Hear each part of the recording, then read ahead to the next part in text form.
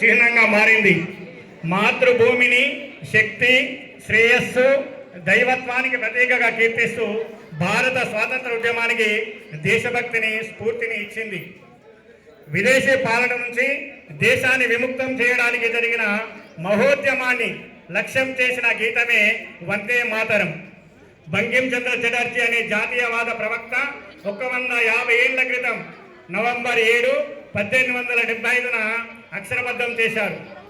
అక్షయ నవమి శుభ గడియలలో ఆయన కలం నుంచి వందే మాతర గేయం ప్రభవించింది.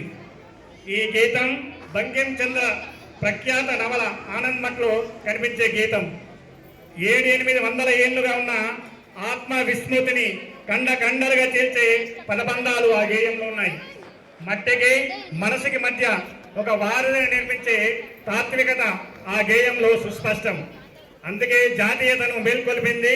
దేశ మాతను స్మరించుకోవడం, కొత్త శక్తిని ఆవాహన చేసుకోవడం అన్న స్పృహను ఆ గేయం కలిగించింది. భారతీయుల కన్ను తెరిపించి ఆత్మగౌరవం అనే అరుణోద్యమాన్ని దర్శింపజేసింది వందే మాతరం. భారతదేశ బానిసత్వం వెనుక ఉన్నది స్వయం కృతాపరాధం, అనైక్యత, ఆత్మగౌరవ విస్మరణ. ఆత్మ విస్మృతులను జాతీయ ఆత్మ ద్వారా, భారతీయత ద్వారా పునఃప్రతిష్ఠించే గొప్ప ప్రయత్నం వందే మాతర గేయంలో కనిపిస్తూ ఉంది.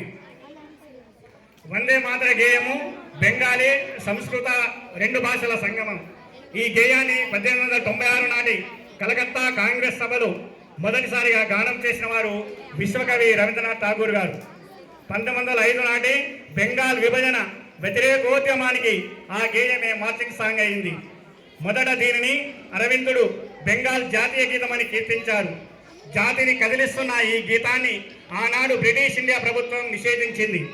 అదే తరువాత భారతదేశానికి జాతీయ గేయమై అలరారుతున్నది. స్వాతంత్ర పోరాటంలో వందే మాతర గేయము ఉద్యమకారులకు మనోబలాన్నిచ్చింది. సామాన్యులను సమర యోధులుగా మార్చింది. బెంగాల్ సాయుధ పోరాట దళం నుంచి ఉరిశిక్షకు గురైనటువంటి తొలి యోధుడు ఖుదీరామ్ బోస్.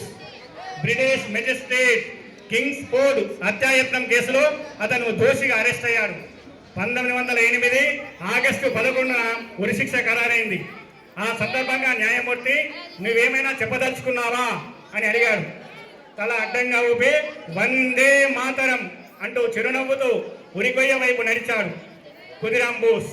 అప్పటికి అతని వయస్సు 18 ఏళ్లే.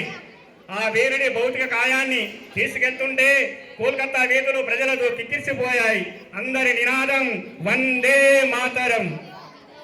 ఉప్పు సత్యాగ్రహం సమయంలో బుధు నోనియా అనే బిహారీ బాలుడు వందే మాతరం అంటూ ఉప్పు కాసే చోట తిరగసాగాడు. అదంతా చూసిన ఓ బ్రిటిష్ పోలీస్ ఒళ్ళు తెలియని ఆవేశంతో ఆ పశువాన్ని ఉప్పు కొలిమిలోకి విసిరేశాడు. ఆ పరిస్థితుల్లోనూ ఆ చిన్నారి అమ్మా అమ్మా అని అరవలేదు. ప్రాణాలు గాల్లో కలిసేదాకా వందే మాతరం అంటూనే ఉన్నాడు. మాతంగి హత్యాకి 12 ఏళ్లకే పెళ్ళయింది. 18 అయినా నిండకుండానే ఆమె వితంతు అయింది. 60 ఏళ్ల వయసులో గాంధీజీ పిలుపుతూ స్వాతంత్ర సమరంలోకి అడుగుపెట్టింది.